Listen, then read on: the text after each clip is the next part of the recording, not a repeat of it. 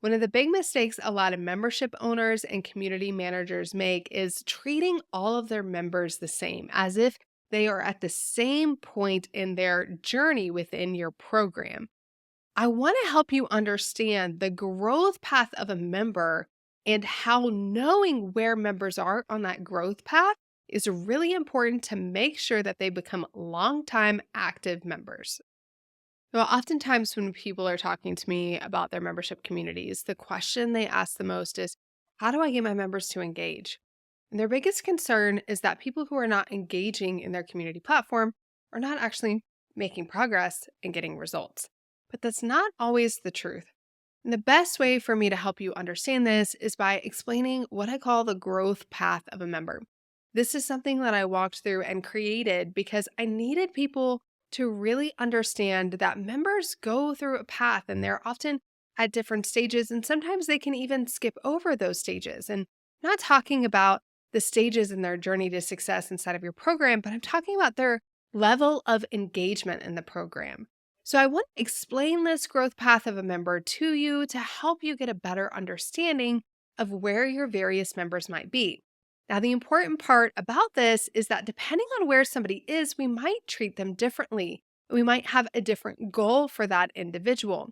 And so we need to be aware of these different stages in the growth path so that we know we are not treating all members the same because they're not all on the same path in that journey. As a community manager, this is even more important for you to understand because I really want you to be thinking about how what you're doing to get the community engaged, get members activated, is thinking about people who are at all of these different phases of engagement inside of your program. Okay, so the easiest way to remember the growth path of a member is this little saying: Jovi loves eating apple slices lately. Now, my daughter Jovi loves eating apple slices, and that's why I use this as my way to remember this. But instead of Jovi, you could say Joe if that's what you want to say. But Joe likes eating apple slices lately. That's what helps me remember the different steps in this path. So, the first step in the growth path of a member is to join. Join. That's the J for Joe. Join. It's super simple. What does this mean? It means that they have become a member. They've become a member. And I'm going to talk in a little bit about how we measure these different stages and how we really understand how well we're doing. But it is important for us as we go through these to be thinking about, well, how would I measure how well I'm doing at this particular stage of a member growth? And also, how would I be able to track what percentage of members are at these different stages? Sometimes you have a little bit of an intuition, but sometimes you can actually track it. Okay. So the first one is join, they become a member. Super simple, right? The second is listen. The second step is that they listen. At this point, a member is really just observing. This is your learners or your lurkers. Now, here's the thing: everybody starts here. Everybody starts in this just observation phase. Now, people who are more extroverted or more engaged might hop out of that phase really quickly and go to the next stage. But there are people who stay here, right? They get comfortable here. And this is what we want to be careful of, is people who are just consuming for the sake of consuming. Now, we may think that consumption is good, but consumption without progress actually isn't. So we've got to be careful for people who get stuck in this listen phase, which means they're just observing, they're just taking in information, they're lurking in your community, they're learning from your content, which is good. They're past the I've joined phase, but they're not taking it any further. They're not taking action. Okay, so we have join, which are the people who are just joining. Now, they shouldn't be in this phase very long. They should get into that onboarding as quickly as possible and move into the listen phase. But then the next phase we want them to be in is engage. Now, many of you, this is the only thing you think about is this phase, but I have an episode, we'll link to it in the description, that talks about why engagement is not the goal. And this is a part of that, okay? Engagement is not the goal. It is valuable, but it isn't the goal. So the engage part is when they become active. They're engaging in your community, they're commenting on your content, right? They're actually participating as a member other than just observing and lurking. And this can be a really healthy step for a member. So this is why we have recommended in our onboarding strategy that we give people inside of our Cultivate program and inside of our Retain program, we talk about the importance of this introduction of a member. So a member gets into your community platform and they introduce themselves. Why? Because that takes them from listen to engage. They are now an engaged member. And that's also why it's important that we respond to them and we encourage members to respond to each other so that they don't pop back to that listen phase. We want to keep them in that engaged phase. And that's the other thing to think, right? Like people can move from being in the engaged phase and then move back into that listen only phase, which is not what we want. So once they are engaged, once they are actively participating in the community platform or showing up on calls and participating in calls, then how do we keep them there? Okay. So they go from join to listen to engage, and now they go to act. This is the most important one. And I will just say this, the act is all about making progress. They are doing something with what they have learned. This is so important because I talk about how progress is the goal, not engagement. Members can go through join, listen, and engage, and you get excited because they've completed onboarding. They're showing up for things. They're commenting in the community and asking questions in the community. But if they don't move into that act phase of this growth path, they're never going to make progress. So we have to make sure that anything we're doing with them around the engagement, that we're leveraging the strategy that I teach and Cultivate to help get them from just engaging to actually acting. We're focused on their progress. We're focused on them getting results from this program that they have invested in. They're doing something with what they have learned. So join, listen, engage, act. And you may think it stops there. You may think that now they've acted, they've made some progress. That's awesome. That's the ultimate result. But that's not true. So the fifth part of the growth path is share.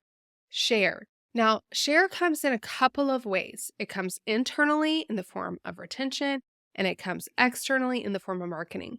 So now that they have actually gotten results in your program, how are they sharing those results? How are they talking about the progress that they're making?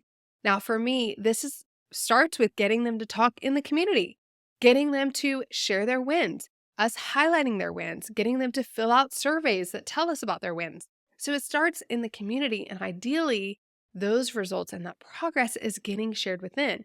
And this can also come in the form of people asking questions in the community. And they're not just giving ideas like they would in the engage phase, but now they're actually talking about their own experience and what has worked for them. So they've moved from acting to actually sharing now because they've made progress. They're sharing those results. They're sharing their experience and what has worked for them. And then finally, we get to lead.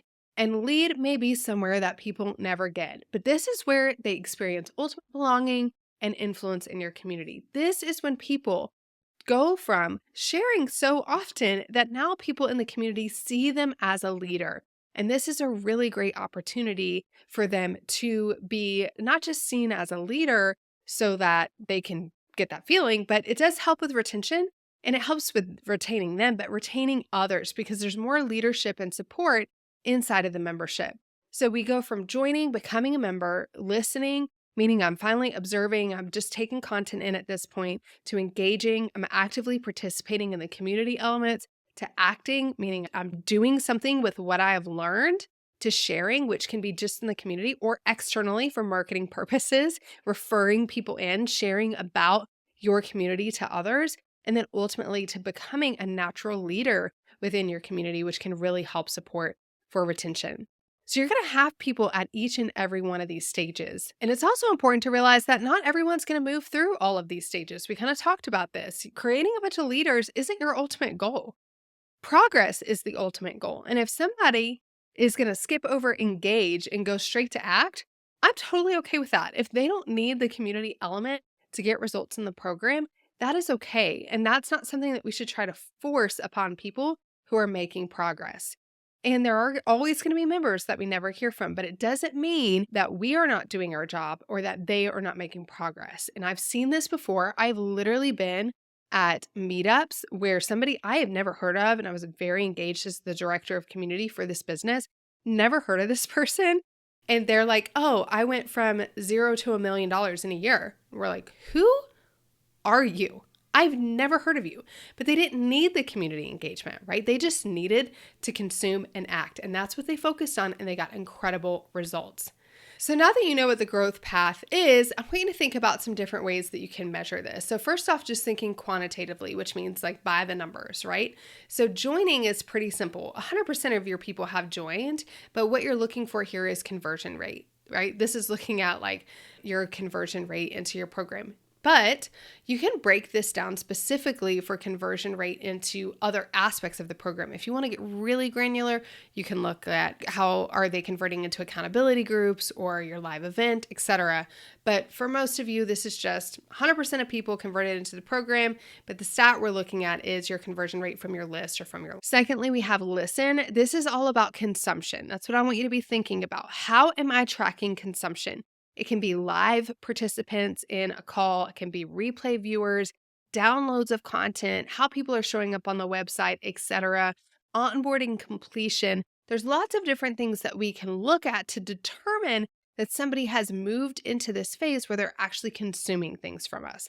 My favorite way to measure this is onboarding completion. I like to be able to track that they've completed onboarding. I like to force people through it for that reason and many other reasons as well. And then third, we have engage, which again is, are they actively participating? This is where we look at those community stats.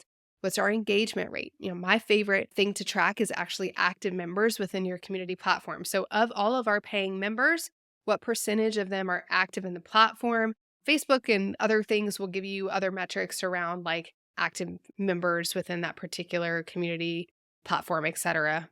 But one of the things that you can also look at, for example, is like active members in accountability groups, if you have something like that, or people who are engaging in other community elements that you have, like if you have connection calls or things like that that people can do, then that would be something to look at. But again, number of active members in your community platform based on your overall membership number is the thing that I want to be looking for.